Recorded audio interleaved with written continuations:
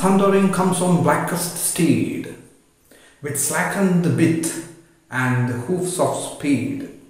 Thus enters the Giaour in the eponymous poem by George Gordon, the sixth Baron Byron, popularly called Lord Byron.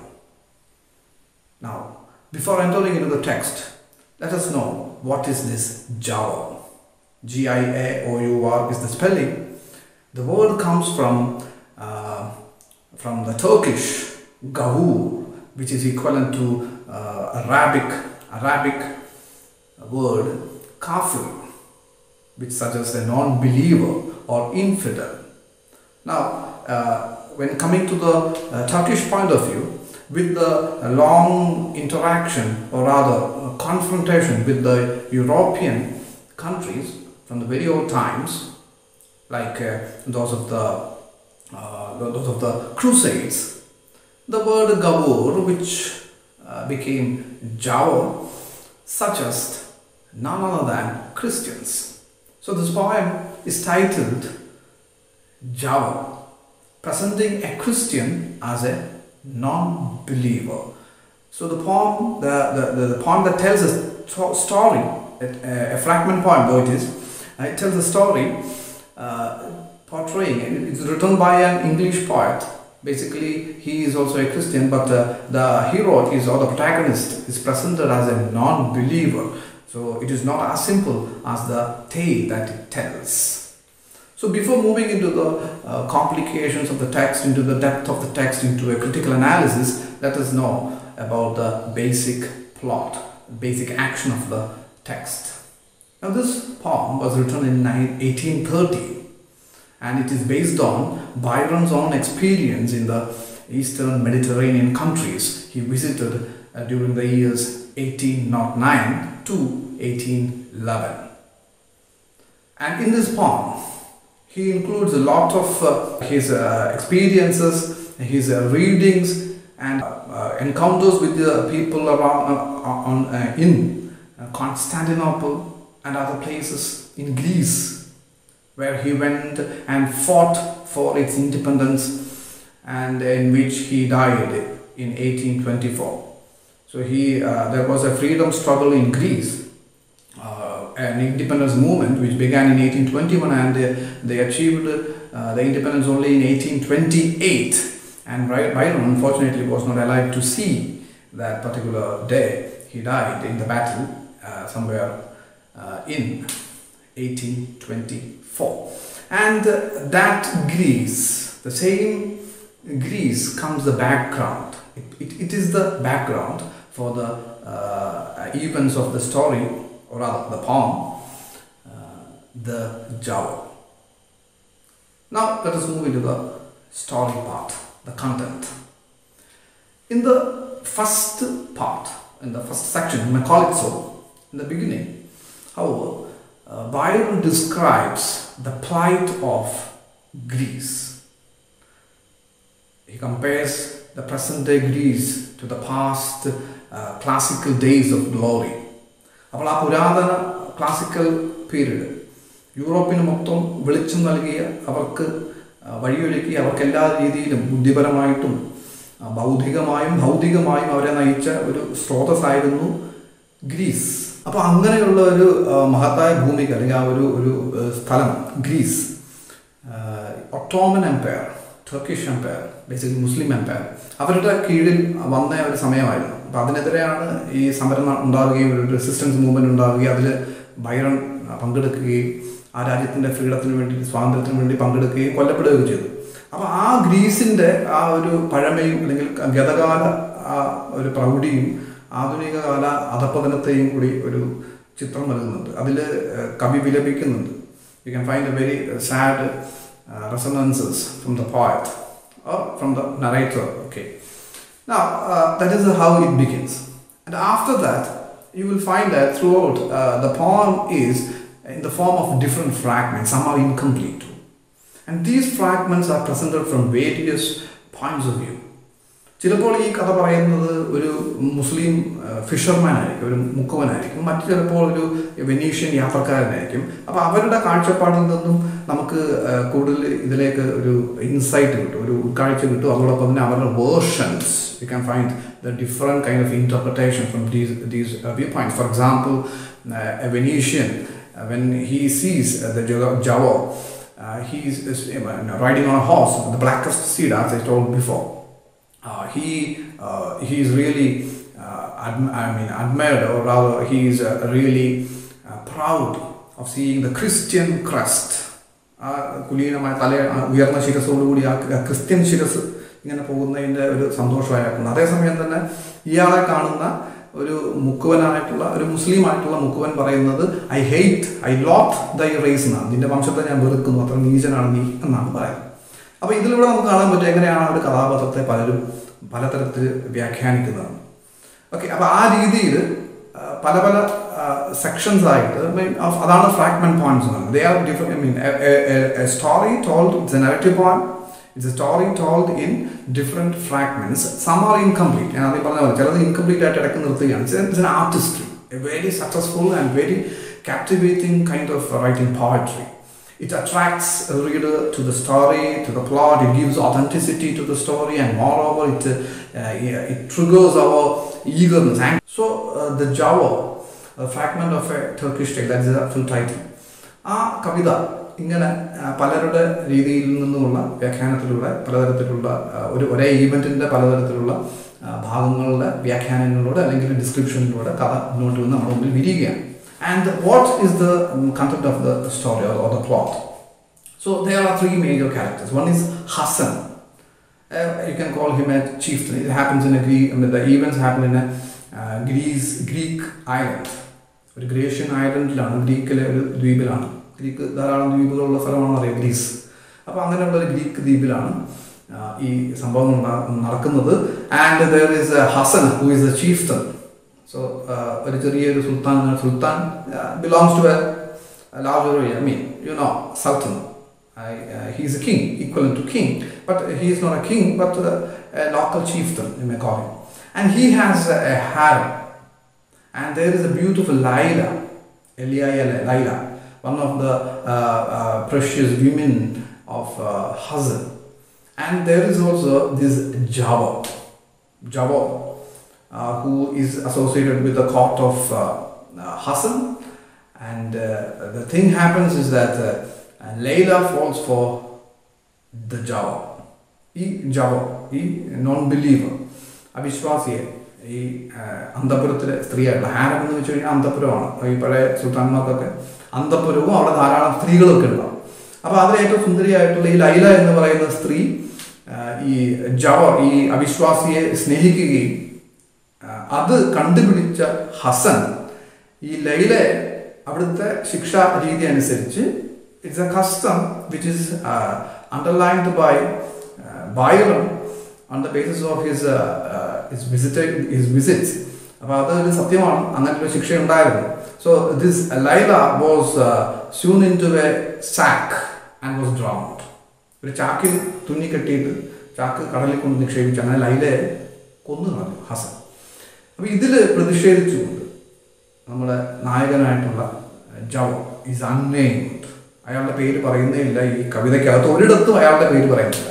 അപ്പോൾ ഈ നമ്മുടെ നായകൻ എന്ന് വേണമെങ്കിൽ വിളിക്കാം. അപ്പോൾ അയാൾ എന്ത് ചെയ്യുന്നു വെച്ച് കഴിഞ്ഞാൽ he attacks and kills Hassan and his bodyguards and other soldiers in an ambush. പെട്ടെന്ന് ഒരു ഒളിഞ്ഞാക്രമണം, പെട്ടെന്ന് ആക്രമിച്ച് ഹസനെയും ആൾക്കാരെയെല്ലാം കൊന്നു. And there is a very brutal description of this particular battle. ഹസന്റെ നെഞ്ചൊക്കെ പിന്നെയും വെട്ടി മുറിക്കുന്നു, കൈയും കാലും ഒക്കെ വെട്ടി ഛേദിച്ച് കളയുന്നതൊക്കെ വർണ്ണിക്കുന്നുണ്ട്.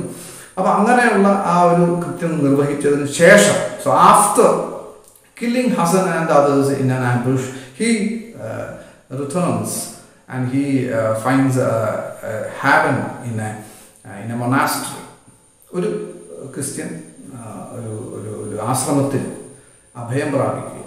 And there he lives an isolated life, വളരെ ഏകാഗിയായിട്ട് മറ്റവരായിട്ട് ഇടപെടാതെ ഏകാഗിയായി ജീവിക്കുന്ന. His life is filled with like a kind of an unspeakable fear and doom, sense of doom and sorrow.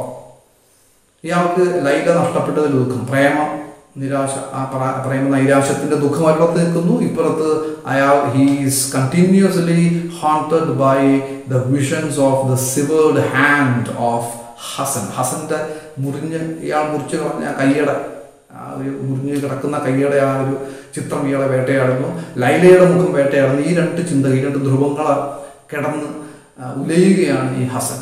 And there is only one person who gives some kind of solace to this Giaour. അപ്പോൾ ഈ ജവറിനെ, ഈ non ബിലീവറിനെ, നമ്മുടെ നായകനെ ആശ്വസിപ്പിക്കാൻ വേണ്ടി അവിടെ എത്തുന്ന ഒരു ഫ്രയറുണ്ട്, സന്യാസി. He tries to convince him that there is a possibility to reach heaven, etc., etc. He tries to console him, but unfortunately he is unable to do that. Though in spite of all his kindness, all his kind behaviors and approaches, he cannot convince this man completely. So Giaour is a skeptic. I could സംശയം, and he is confident that he can never be cured with the help of the conventional religion. പരമ്പരാഗത മതവിശ്വാസം കൊണ്ട് തന്നെ ശുശ്രൂഷപ്പെടുത്താൻ, തൻ്റെ രോഗം മാറ്റാൻ പറ്റില്ല എന്ന് അയാൾക്ക് ഉറപ്പാണ്. അതേസമയം, at the same time, he believes that the friar may be able to absolve his sin. ഇയാൾ ചെയ്ത ഈ ക്രൂരകൃത്യങ്ങൾ, ഇയാളുടെ ഈ പാതകത്തിൽ നിന്നും ഇയാൾക്ക് പാപമോചനം നേടിക്കൊടുക്കാൻ ഈ ഫ്രയറിന് സാധിക്കും എന്നൊരു വിശ്വാസമുണ്ട്. അപ്പോൾ ഈ രണ്ട് പിന്നെയും നമുക്ക് കാണാൻ പറ്റുന്ന ഈ type of A contest that is happening inside this particular man, the Giaour. ഇങ്ങനെയുള്ള ഈ ഒരു ഇങ്ങനെയുള്ള ആ ഒരു കാലഘട്ടത്തിലൂടെ ഇയാൾ കടന്നു പോകുന്നു. And when he dyes, his last words to the friar, എന്താണെന്ന് വെച്ച് കഴിഞ്ഞാൽ, one thing is that he confesses everything to the friar. ഫ്രയറിനോട് എല്ലാ കാര്യങ്ങളും പറയുന്നുണ്ട്. അതിനുശേഷമാണ് ഫ്രയർ ഇയാളെ ആശ്വസിപ്പിക്കാൻ ശ്രമിക്കുന്നത്. Anyway, his final recommendation, or rather his final request, was that when he dies, he should be buried without any kind of sign to show that this is a man. His name should not be written there, over there. അപ്പോൾ ഇയാളുടെ കഥ മുഴുവൻ ഇയാളോടെ തീരട്ടെ എന്ന് പറഞ്ഞുകൊണ്ട് ഇയാൾ മരിക്കുന്നതും, ആ നല്ലവനായ ഫ്രയർ തൻ്റെ വാക്ക് പാലിക്കുന്നത് കൊണ്ട് ബാക്കി കഥകൾ, ഇയാൾ ആരായിരുന്നു, ഇയാളുടെ ഹിസ്റ്ററി, ഇയാളുടെ personal name, nothing is before the readers. അപ്പം നമുക്കിതൊന്നും കിട്ടില്ല. അപ്പം അങ്ങനെ ആണ് കവിത തീരുന്നത്. അപ്പം നല്ലവനായ ഫ്രയർ അയാളുടെ ജോലി ചെയ്തു. കുമ്പസാര രഹസ്യങ്ങൾ പുറത്തു പറയാൻ പാടില്ല. അതുകൊണ്ട് ഇയാളുടെ പേരും വിവരങ്ങളും ഡീറ്റെയിൽസും ഒന്നും നമുക്ക് അറിഞ്ഞുകൂടാ. കഥ അവിടെ തീരുകയാണ്. ഇതാണ് അതിൻ്റെ ബേസിക് ആയിട്ടുള്ള, this much is the basic plot of the poem, the Giaour, written by Byron. Now we shall move into certain analysis. First, why the title? I told you in the beginning, the title is quite different. It is in which the Christian is presented as an unbeliever, non-believer, infidel. Why? Because immediately it gives the exotic flavor. അന്നത്തെ ഈ romantic കവിതകളിലൊക്കെ നമുക്ക് ധാരാളം കാണാൻ പറ്റുന്നതാണ് ഈ പറയുന്ന ഒരു exotic flavours. Whether it is in Kubla Khan by Samuel Taylor Coleridge, where you will find Abyssinian maid singing about Mount Abora, or in Solitary Reaper by Wordsworth, where Nightingale singing welcome notes to the weary bands of desert sands.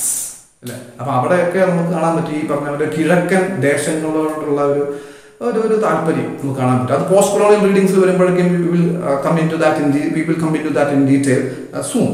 അപ്പോൾ ഈ ഒരു exotic element is a very captivating thing. It was an interesting topic both for the poets as well as the readers, especially during the colonial period. And the 19th century was a period which saw perhaps the maximum movement in colonial expansion. അപ്പോൾ അങ്ങനെയുള്ള പീരീഡിൽ എഴുതിയിട്ടുള്ള ഒരു കവിതയും കൂടെ ആണെന്നുള്ള ഓർക്കുക. അപ്പോൾ എന്തായാലും അത് ഒരു കാര്യം. രണ്ടാമത്തത്, in order to give this exotic element what you call a fidelity, or what you call a landmark, a basis, Byron uses lots of words, phrases name of months, expressions taken from this foreign language. Like, for example, he speaks about Huri, speaks about certain months. ചില മാസങ്ങൾ അതിൻ്റെ പേരുകൾ പറയുന്നുണ്ട്. Then he speaks about the genie. ഇതൊക്കെ അറബിക്കഥകളുമായി ബന്ധപ്പെട്ടിട്ടാണ്. ഇത് basically from the Arabian context, Muslim context. അങ്ങനെയുള്ള ആളുകളുടെ പേരുകൾ, അറ്റാഖാൻ, ഡ്രസ്സ്, അതിൻ്റെയൊക്കെ ഈ പറഞ്ഞ പോലെ it is not English dress, it is a Muslim traditional dress which is worn by nobles and people of high power. അപ്പോൾ അങ്ങനെയുള്ള ഈ ഒരു കോസ്റ്റ്യൂംസിൻ്റെ ഡിസ്ക്രിപ്ഷൻ, മാസത്തിൻ്റെ ഡിസ്ക്രിപ്ഷൻ, അലങ്കാരങ്ങളുടെ description, seasons and festivals all are described in detail and it gives authenticity. ഇതിന് ഒരു ഉറപ്പ് നൽകുകയാണ്, ഇതെല്ലാം സത്യമാണെന്ന ധാരണയാണ്. Even that particular custom of suing in the what happen to Leila ചെയ്ത പോലെ, if a woman is found as an infidel, she should be drowned in ocean. അതൊരു കസ്റ്റമായിരുന്നു. അപ്പോൾ അതൊക്കെ എടുത്തിട്ടുണ്ട്, ഉപയോഗിക്കുന്നുണ്ട്. അപ്പോൾ ഇങ്ങനെയുള്ള ഈ അർത്ഥസത്യങ്ങളൊക്കെ എടുത്തു കഴിയുമ്പോൾ, അല്ലെങ്കിൽ ഇദ്ദേഹം കാണുന്ന സത്യങ്ങളൊക്കെ എടുത്തു വെച്ച് എഴുതി കഴിയുമ്പോൾ, the impression is that everything that is described about the Eastern world is true എന്ന ഒരു വിചാരം നമ്മുടെ ഉള്ളിൽ ഉണ്ടാവും. ആ ഒരു ഒത്തൻറ്റിസിറ്റി, ഒറിജിനാലിറ്റിക്ക് വേണ്ടിയിട്ടുള്ള ഒരു സംഭവമാണ്. രണ്ടാമത്തെ ഒരു കാര്യം എന്താണെന്ന് വെച്ച് കഴിഞ്ഞാൽ, തീർച്ചയായിട്ടും just as the whole story tells, there is a clash between religions.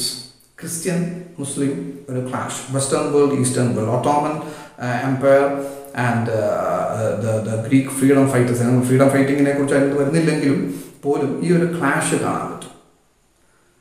The Giaour is a non-believer, Hassan is a believer, Giaour is a believer for the Venetian. അങ്ങനെ വരുന്നില്ല. And again, when you come to Giaour, it's again a confusing thing. He is like the Byronic hero. He is a typical Byronic hero. Giaourനെ കുറിച്ച് പറയുകയാണെങ്കിൽ അയാൾ ശരിക്കും ഒരു typical Byronic hero ആണ്. Byronic hero is a rebel who is constantly in clash with the social, political, economic, religious norms, and who is led by his own passions and ideology. അപ്പോൾ അങ്ങനെ സ്വന്തമായിട്ടുള്ള എന്താണ് ആഗ്രഹങ്ങളും സ്വന്തമായ തത്വചിന്തയുടെയൊക്കെ പുറകിൽ ബാക്കിയില്ലാത്തതുകൊണ്ട് കലഹിച്ചുകൊണ്ട് നടക്കുന്ന ഒരു റബലാണ് ശരിക്കും ബൈറോണിക് ഹീറോ. അങ്ങനെ ഒരു ഹീറോ തന്നെ. He will normally be gloomy. അങ്ങനെ ഒരാൾ സ്വാഭാവികമായിട്ടും ദുഃഖിതനായിരിക്കും. Because he cannot find peace in this world where everything is against him. അപ്പോൾ അങ്ങനെയുള്ള അതേ ഒരു ക്യാരക്ടർ തന്നെ നമുക്കിവിടെ ജവറിലും നമുക്ക് കാണാൻ സാധിക്കുക. അപ്പോൾ അങ്ങനെ വരുമ്പോൾ ഇയാൾ രണ്ട് ലോകത്ത് നിൽക്കുന്നയാളാണ്. Because he is neither in the Eastern world nor in the Western world. അയാളുടെ ഡ്രസ്സും കാര്യങ്ങളും എല്ലാം ഈ പറയുന്ന മുസ്ലിം രീതിയിലാണ്, അല്ലെങ്കിൽ ഈ ഹസനും ആൾക്കാരൊക്കെ ധരിക്കുന്ന പോലുള്ള വസ്ത്രധാരണമാണ് ഈ ജവറിൻ്റേത്. But his deeds are against it. അയാളുടെ പ്രവൃത്തിയാണെങ്കിൽ അതിന് വിരുദ്ധമാണ്. He is for the west. നമുക്ക് കൃത്യമായിട്ട് കാണാൻ പറ്റും. അപ്പോൾ അങ്ങനെയുള്ള ഒരു റിലീജിയസ് ക്ലാഷ് നമുക്ക് ഈ കവിതയിൽ കാണാൻ പറ്റുന്ന ഒരു കാര്യമാണ്. പിന്നെ ഇതിൽ നിന്ന് നമുക്ക് ഈ ക്രോസ് ഡ്രസ്സിങ് എന്ന് പറയുന്ന ഒരു കോൺസെപ്റ്റ് ഉണ്ടല്ലോ. This west man or the western man wearing the eastern costumes. This cross dressing is A part of A technique used by the colonizers to create it is a historical feature also, and it is often criticized by the post-colonial writers. Post-colonial criticism അതിനകത്ത് വരുന്ന ഒരു topic കൂടിയാണ്. അപ്പോൾ അതിൽ വരുന്ന കാര്യം എന്താണെന്ന് വെച്ച് കഴിഞ്ഞാൽ, ഈ കൊളോണിയൽ പീരീഡിലൊക്കെ ഈ യൂറോപ്യൻ സഞ്ചാരികളും യൂറോപ്യൻ സ്കോളേഴ്സും ഒക്കെ ഈ നോൺ യൂറോപ്യൻ ആയിട്ടുള്ള ആൾക്കാരുടെ, ആ ദേശങ്ങളിലെ ആൾക്കാരുടെ പരിഷ്കാരം, അവരുടെ രീതിയും സാംസ്കാരികമായിട്ടുള്ള കാര്യങ്ങളൊക്കെ ഏറ്റെടുക്കുമായിരുന്നു. ഏറ്റെടുക്കുക എന്ന് വെച്ച് കഴിഞ്ഞാൽ അനുകരിക്കാൻ പറ്റുമായിരുന്നു. So when they came to India, they were able to dress like Indians. They were able to externally at least show respect to the religious aspect. They were able to follow the customs. ഇതിനൊക്കെ അവർ അംഗീകരിച്ചു. They can be a part of it. At the same time, they will despise it. ഇതിൻ്റെ ഭാഗമാകുന്ന രീതിയിൽ അഭിനയിച്ചിട്ട് അതിൻ്റെ കൂടെ നിൽക്കുന്നു, എല്ലാത്തിനും cooperate ചെയ്യുന്നു. cooperate, not corporate, cooperate. In every action or in everything, these Western counterfeiters, they will enact just like the Eastern people. But in their mind, what they have is a despise because they think that they are superior. എന്തൊക്കെയാണെങ്കിൽ ഇവർ നീചന്മാർ, ഇവർ നമ്മളത്രയും സാംസ്കാരികമായ ഉയർച്ചയോ വംശീയമായ അഭിവൃദ്ധിയോ ഉള്ളവരല്ല, അവർ നമ്മളെക്കാൾ താഴെയാണ് എന്ന രീതിയിലുള്ള ഒരു superiority കോംപ്ലക്സിൽ നിന്നുകൊണ്ടുള്ള ഒരു വീക്ഷണമായിരുന്നു ഇവർക്കുണ്ടായിരുന്നത്. അപ്പോൾ അത് നമുക്കിവിടെ ജവഹറിൽ നമുക്കത് കാണാൻ പറ്റും. കാരണം അതിൻ്റെ ഒരു റെപ്രസെൻറ്റേഷനാണിത്. അത് 19ാം നൂറ്റാണ്ടിലെ യൂറോപ്യൻ സഞ്ചാരികൾ, whether they were in America or they were in Arabia or in India, the case was similar. എല്ലായിടത്തും അവർ ചെയ്തിരുന്നത് ഇതൊക്കെ തന്നെയായിരുന്നു. നമ്മളെ പഠിക്കുന്നു, നമ്മുടെ കൂടെ നിൽക്കുന്നു, പക്ഷെ അതേസമയം തന്നെ ഉള്ളിൽ നമ്മൾ മോശക്കാരാണ്, അവരാണ് എന്തോ കേമന്മാരാണ് എന്ന രീതിയിലുള്ള വ്യത്യാസത്തോടു കൂടിയുള്ള ചിന്ത അവിടെ ഉള്ളത് നമുക്ക് കാണാൻ പറ്റും. അപ്പോൾ അങ്ങനെ ക്രോസ് ഡ്രസ്സിംഗ് നമ്മൾ എത്തുന്ന അങ്ങനെ ഒരു കോൺസെപ്റ്റ് ഉണ്ട്. And again when we move into this character of Giaour, he can also be the title suggest ചെയ്യുന്നത് പോലെ എന്ന ക്യാരക്ടറും it can be a shrewd mechanism used by Byron to criticize the the traditional kind of system, religious system, the conservative kind of a system which cannot give solace. ശരിക്കും മനുഷ്യന് ആശ്വാസം തരാൻ പറ്റാത്ത traditional ആയിട്ടുള്ള ഈ മതങ്ങളെ ഒരു മത രീതിയെ, പ്രത്യേകിച്ച് ക്രിസ്ത്യാനിറ്റിയെ വിമർശിക്കുന്നതും കൂടെ ആയിക്കൂടെ ഇതിൻ്റെ ടൈറ്റിൽ. ദ ജവർ എന്ന് പറഞ്ഞുള്ള ഒരു ക്രിസ്ത്യനെ നോൺ ബിലീവറായിട്ട് അവതരിപ്പിക്കുന്നു. അതേ non believer when he finds asylum in a monastery, Christian monastery, he is sure that he cannot be saved by the traditional religion. മതം കൊണ്ട് അയാൾക്ക് ഒരു ഏകാന്ത വാസത്തിൽ താമസിക്കുന്ന ഒരു സന്യാസി മഠത്തിലാണെങ്കിലും ആ സന്യാസി മഠം വിശ്വസിക്കുന്ന മതം അയാളെ രക്ഷിക്കില്ല എന്ന് ഉറപ്പും കൂടെ ഉണ്ടെങ്കിലും അപ്പോൾ അതിനകത്ത് ആ വൈവിധ്യം നമുക്ക് കാണാൻ പറ്റും. അപ്പോൾ ബൈറൺ ഒരേ സമയം പലതിനെയും ക്രിറ്റിസൈസ് ചെയ്യാനായിട്ട് കാണാൻ പറ്റും. But beyond or beneath all these you can find a very strong Eurocentric norm, like a Eurocentric mind. തീർച്ചയായിട്ടും ഇങ്ങനെയുള്ള ബൈറന്റെ വളരെ ടിപ്പിക്കൽ ആയിട്ടുള്ള, അദ്ദേഹം ഒരു റബലായിരുന്നു. അപ്പോൾ അദ്ദേഹത്തിൻ്റെ തരത്തിലുള്ള ആ ഒരു പേഴ്സണൽ ആയിട്ടുള്ള കുറേ കാര്യങ്ങൾ ഈ കഥാപാത്രത്തിൽ വരുന്നുണ്ട് എങ്കിലും ബേസിക്കലി അതിനകത്ത് ഈ കവിതയ്ക്കകത്ത് നമുക്ക് കാണാൻ പറ്റുന്ന ഒരു യൂറോസെൻട്രിക് മൈൻഡ് ആണെന്നാണ് പറ്റുക. അപ്പോൾ അതിലേക്ക് വരുമ്പോൾ ആ യൂറോസെൻട്രിക് mind, how they created images out of the west, of the eastern world, how these western minds created images, stereotype images out of the east. This poem presents works as a specimen. അതിനൊരു ഉദാഹരണമായിട്ട് ഈ കവിതയിൽ work ചെയ്യുന്നുണ്ട്.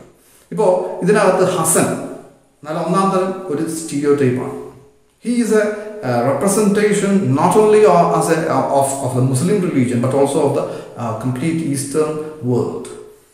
അവിടെ ഇയാൾ ആരാണ്? ഈ ഹസൻ എന്ന് വെച്ച് കഴിഞ്ഞാൽ ഭയങ്കര പാഷനേറ്റ് ആയിട്ടുള്ള, വികാര ജീവിയായിട്ടുള്ള, ഭയങ്കര പ്രതികാരദാഹിയായിട്ടുള്ള, ഒരു വലിയ ചിന്തയോ ഒന്നുമില്ലാത്ത ഇങ്ങനെ ഒരു ആളായിട്ടാണ് അവതരിപ്പിക്കുന്നത്. That is the representation of the whole eastern world. So when Hassan is presented as a passionate and violent, vindictive person, he becomes an emblem or a representation of the whole Eastern manhood എന്ന് വേണമെങ്കിൽ നമുക്ക് പറയാൻ പറ്റും. അപ്പോൾ അതിനൊക്കെ അടിവരയിടുന്നതാണ് എന്താണ് ഇദ്ദേഹത്തിൻ്റെ style of narration throughout. Giaour എന്ന് പറയുന്ന ടൈറ്റിൽ മുതൽ അതിനകത്തുള്ള എന്താണ് ഹൂറിയും ജീനിയും അള്ളാഹ് എന്ന പ്രയോഗങ്ങളും ഒക്കെ അതിനകത്ത് വരുമ്പോൾ ഈ പറയുന്ന പിന്നീട് അന്നുണ്ടായിരുന്ന ചില വിശ്വാസ പ്രമാണങ്ങൾ അതിനകത്ത് ഉപയോഗിക്കുന്നുണ്ട് കവിതയ്ക്കകത്ത്. Like that woman is but dust, a soulless toy for tyrant's lust എന്നുള്ളൊരു പ്രയോഗമുണ്ട്. അത് അന്നത്തെ മുസ്ലിംസിനിടയിൽ വളരെ പ്രചാരത്തിലുണ്ടായിരുന്ന ഒരു വിശ്വാസം തന്നെയായിരുന്നു. അല്ലെങ്കിൽ എല്ലാ മുസ്ലിംസും എന്നല്ല പറയുന്നത്, അന്നുണ്ടായിരുന്ന പല മുസ്ലിംസിനിടയിൽ. കാരണം അതിൽ നിന്നുമാണ് ഇദ്ദേഹം ഈ കോട്ട് ചെയ്തിട്ടുള്ളത്. അതായത് സ്ത്രീകൾക്ക് ആത്മാവില്ല എന്നുള്ളത്. അപ്പോൾ ഏതായാലും അങ്ങനെയുള്ള കുറേ വസ്തുതകൾ എടുത്തു വെച്ചിട്ട് ഇദ്ദേഹം ഈ ഹസൻ എന്ന ക്യാരക്ടറിനെ അവതരിപ്പിക്കുമ്പോൾ അതിലൂടെ നമുക്കൊരു വായനക്കാർക്ക്, especially when you go to the western world, when the readers read such kind of narratives, they will get the impression that Hassan, or who represents the Islam, he is like that. The complete Islam world is like that. Not only the Islam world, he comes from the East, the whole Eastern world, which include countries like China, like India, China, and all other Asiatic countries. They all have the same kind of nature. എന്നൊരു ചിന്തയാണ് ഉണ്ടാവുക. നമുക്ക് ഇതിൻ്റെ ഒരു effect പിന്നീട് ഒരു novel, 20-ാം നൂറ്റാണ്ടിലെ നോവലുണ്ട്, E.M. ഫോസ്റ്ററുടെ passage to ഇന്ത്യയിൽ കാണാൻ പറ്റും. അതിൻ്റെ അഡേല ക്രോസ്റ്റഡ് എന്ന് പറയുന്ന ആ ഒരു ചിന്ത, ഒരു സ്ത്രീ നായിക എന്ന് വേണമെങ്കിൽ പറയാം. അപ്പോൾ അവർക്ക് ഉണ്ടാകുന്ന ചില സങ്കല്പങ്ങളിൽ നിന്നുമാണ് അതിനകത്ത് ക്രൈസിസ് എല്ലാം ഉണ്ടാകുന്നത്. ആ കഥയിലേക്ക് ഞാൻ പോകുന്നില്ല, നമുക്ക് ഇതിൻ്റെ ആവശ്യമില്ല. അപ്പോൾ അവരുടെ വിചാരം ഇത് ഇന്ത്യക്കാർ അല്ലെങ്കിൽ ഈസ്റ്റേൺ ആൾക്കാർ ഇങ്ങനെയാണ്, വളരെ പാഷനേറ്റ് ആണ്, വിൻഡിക്റ്റീവ് ആണ്, ദേ ആർ ഓപ്പർച്യൂണിറ്റിക്ക് അവസരം കിട്ടാൻ കാത്തിരിക്കുന്നവരാണ് അവരുടെ ഈ കുതന്ത്രങ്ങൾ നടപ്പിലാക്കാൻ എന്നൊക്കെയുള്ള ഒരു typical stereotype image is again set by works like the Giaour. അതാണ് ഇതിനകത്ത് പറയുന്ന ഒരു criticism. The idea was actually pointed out by originally by Edward Said in his 1978 masterpiece, seminal work Orientalism. അതിനകത്ത് അദ്ദേഹം കൃത്യമായിട്ട് നിർവചിക്കുന്നുണ്ട് എങ്ങനെയാണ് ഈ ഓറിയന്റലിസ്റ്റുകൾ അഥവാ western scholars on eastern topics, how they were able to create stereotype images of Eastern world. അപ്പോൾ അതിലേക്ക് നമുക്ക് ഇതിനകത്ത് കാണാൻ പറ്റും, ഈ കവിതയിലും കാണാൻ പറ്റും. And in contrast to the tyrannic, passionate, revengeful Hassan, our hero, the Giaour, is presented as a chivalric hero, like a dark knight, he comes and goes. അപ്പോൾ അങ്ങനെ ആ രീതിയിലുള്ള ഒരു കഥാപാത്രമായിട്ട് എനിക്ക് കാണാൻ പറ്റും. ഒരു പോസിറ്റീവ് ഇവിടെയാണ് വരുന്നത്. Again, another thing, this man, Giaour, who is also a person who has some kind of what you call conscience ഉള്ള ആളാണ്, മനസാക്ഷി ഉള്ള ആളാണ് ഈ Giaour. അതുകൊണ്ട് അയാൾ ഇതിനെക്കുറിച്ച് പരിതപിക്കുന്നുണ്ട്. He feels repentant about what he did to Hassan and others. അതിൻ്റെ ആവശ്യം ഉണ്ടായിരുന്നു അയാൾ ചിന്തിക്കുന്നുണ്ട്. He thinks that if he were in the place of Hassan, he would have done the same thing to Laila. ഹസന്റെ സ്ഥാനത്ത് താനായിരുന്നുവെങ്കിൽ ലൈല ഇത് തന്നെ ചെയ്തേനെ എന്നാണ് അയാൾ പറയുന്നത്. അപ്പോൾ ഞങ്ങൾ രണ്ടും ഒരുപോലല്ലേ? What's the difference between Hassan and myself എന്നൊരു ചിന്ത വരുന്നുണ്ട്. This kind of thinking is possible to a western mind, not to the eastern mind. ഹസനെ കാലത്ത് ചിന്തയൊന്നുമില്ല, ചെയ്തത് ശരിയാണോ തെറ്റാണെന്ന് മറിച്ച് ചിന്തിക്കുന്നതായിട്ടൊന്നും അതിനകത്ത് വരുന്നില്ല. He is just black and dark and passionate and vindictive and revengeful. അതിൻ്റെ അപ്പുറം ഒന്നും അയാളില്ല. പക്ഷെ ഇയാൾ ചിന്തിക്കുന്നു, because he had that European enlightened mind. അതുകൊണ്ട് അയാൾക്ക് അങ്ങനെ ചിന്തിക്കാൻ സാധിക്കും. ഇനി അതിൻ്റെ മറുവശമുണ്ട്. ഇയാൾ ഇങ്ങനെ ചിന്തിക്കുന്ന സമയത്ത് when he is with Hassan, when he is equal to Hassan, when he places himself with Hassan, where is the difference? എവിടെയാണ് വ്യത്യാസം? ബേസിക്കലി ഒന്ന് തന്നെയല്ലേ? അവിടെ ഒരു kind of a reflection to the colonial policies can be also seen. അവിടെ നമുക്ക് അതിനെ കാണാൻ പറ്റും. താനും ഹസൻ ഒരുപോലെ ആണല്ലോ എന്ന് പറയുമ്പോൾ ലൈല എന്ന് പറയുന്ന പെണ്ണ്, another thing to notice that Laila is completely absent in the story. I mean, her presence is almost like an absence. അവരെ കുറിച്ചുള്ള പരാമർശവും ഒക്കെ ഉള്ള അല്ലാതെ she doesn't participate in any of the events. അപ്പോൾ അങ്ങനെ ഒരു നിശബ്ദ സാന്നിധ്യമാണ് ലൈല. ആ നിശബ്ദത കാണിക്കുന്നതിന് ഇവർ തമ്മിലുള്ള ക്ലാഷാണ്, west and the east, men versus men or man versus man എന്നൊരു രീതിയിൽ നമുക്ക് അതിനെ കാണാൻ പറ്റും. അപ്പോൾ അങ്ങനെ നോക്കിക്കഴിയുമ്പോൾ ഈ ലൈല എന്ന് പറയുന്ന ആ ഒരു സ്വത്വം, അതിൻ്റെ മുകളിൽ ഈ പറയുന്ന ഈ ഹസൻ കയറി ആക്രമിക്കുന്നു. ഹസനിൽ നിന്ന് ലൈലയെ രക്ഷിക്കാൻ പറ്റുന്നില്ല. ഹസൻ ഇയാൾ തിരിച്ചാക്രമിച്ചു കൊല്ലുന്നു.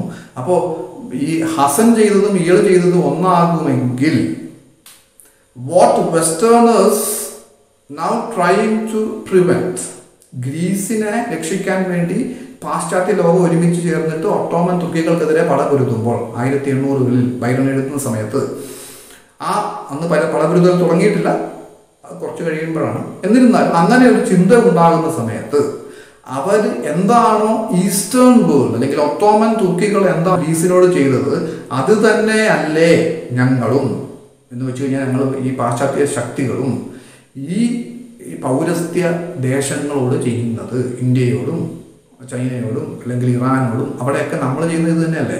ഇപ്പോൾ ഇവിടെ തിരിച്ചു വന്നപ്പോൾ ഭയങ്കരമായിട്ടുള്ള കോലാഹലങ്ങളാകുന്നു, ഭയങ്കരമായിട്ടുള്ള ക്രിറ്റിസിസംസ് ഉണ്ടാകുന്നു. പക്ഷെ അങ്ങനെ മറിച്ച് ചിന്തിക്കാനുള്ള സാധ്യതയും കൂടെ ഇവിടെ നമുക്ക് തുറന്നു കിട്ടുകയാണ്. When this particular hero compares himself to or with Hassan. And finally let me come to the climax. It's about the triangle between again Hassan, Laila and triangle made by Hassan, Laila and the Giaour. ഇതിനകത്ത് ഒരു interesting fact എന്താണെന്ന് വെച്ച് കഴിഞ്ഞാൽ, Leila is presented as a woman of European race. Crimea എന്ന് പറയുന്ന ഒരു സ്ഥലമുണ്ട്, അത് ഈസ്റ്റേൺ യൂറോപ്പിലെ ഒരു സ്ഥലമാണ്. അപ്പോൾ ഈ സിർക്കാസി ഡോട്ടർ എന്നാണ് അതിനകത്ത് കവിതയ്ക്കകത്ത് പറയുന്നത്. Circassia's daughter. Circassia is an old term for modern Crimea. അപ്പോൾ ഈ സ്ഥലത്ത് ജനിച്ച പെണ്ണാണ് Leila. So she is a western by birth. She was captured by the eastern Hassan and she was killed. So this particular lady can be a representation of Europe or Greece. Greece's representation ആകാം. ആ ഗ്രീസാണല്ലോ ഇപ്പോൾ ടൗൺകുട്ടികളുടെ കീഴിലിരിക്കുന്നത്. അപ്പോൾ ആ ഗ്രീസിൻ്റെ representation ആകാൻ ലൈല. അപ്പോൾ ആ ലൈലയ്ക്ക് വേണ്ടിയുള്ള ഒരു ക്ലാഷ് ഇവർക്ക് തമ്മിൽ ഉണ്ടാകുമ്പോൾ again it underlines the fight between the east and the west, but also creates the ambiguity. ഒരു കുഴപ്പം പിടിച്ചൊരു അവസ്ഥയുണ്ടാക്കും. ഞാൻ മുമ്പ് പറഞ്ഞ പോലെ ആർക്ക് വേണ്ടി ആ രണ്ടുപേരും ചെയ്യുന്നത് ഒന്ന് തന്നെയല്ലേ എന്ന് പറയുന്നൊരു ഇഷ്യൂ അവിടെ തെളിഞ്ഞു വരികയാണ്. What Hassan did to Laila is what the Western world is doing to the Eastern world in general. ഇങ്ങനെ ഉള്ള ഒരു വളരെ കോംപ്ലക്സ് ആയിട്ടുള്ള ഒരു കവിതയാണ് The Giaour. So when we come to the end of reading of this particular poem, a close analysis of the poem, we will surely we can say that this poem, this beautiful narrative poem, which speaks about the mind of the Giaour, the actions or the events that happened in a particular Greek island, and the sad end of the Giaour. There is a very strong undercurrent of European colonial mind, their fancies and their fears. ഉറപ്പായിട്ട് ഫിയേഴ്സും ഉണ്ട്. ഈ ഹസൻ തിരിച്ചു വന്നതുപോലെ, ലൈലയെ occupy ചെയ്തതുപോലെ, നാളെ eastern countries western വേൾഡിനെ മൊത്തത്തിൽ occupy ചെയ്യുമോ? Like what they are counter what you call imperialism അല്ലെങ്കിൽ counter colonialism, can that be also possible എന്നൊരു ഫിയറും അതിനകത്ത് കാണാൻ പറ്റും. അപ്പോൾ ഇതൊക്കെയാണ് ഞാൻ പറയാം ആ ഒരു ട്രയാങ്കിൾ, ഹസൻ, ലൈല, ജാവർ എന്നീ ട്രയാങ്കിൾ. പ്രത്യേകിച്ച് ലൈല എന്ന് പറയുന്ന സ്ത്രീ ഒരു യൂറോപ്യൻ വംശജയും കൂടെ ആണെങ്കിൽ നല്ല ആണ്, അതിനകത്ത് പറയുന്നത് അങ്ങനെ തന്നെയാണ്. അപ്പോൾ അങ്ങനെയുള്ള ഒരു ബന്ധത്തിലുള്ള ഈ കഥ നടക്കുമ്പോൾ അതിനകത്ത് ഇങ്ങനെ ഒരു ഈ പറഞ്ഞ പാശ്ചാത്യ ശക്തികളുടെ ഭയവും അതോടൊപ്പം തന്നെ അവരുടെ ഇമാജിനേഷനും ഒക്കെ അടിയൊഴുക്കായിട്ട് ഒഴുകുന്നത് കാണാൻ പറ്റും. So that is about the Giaour poem by Byron.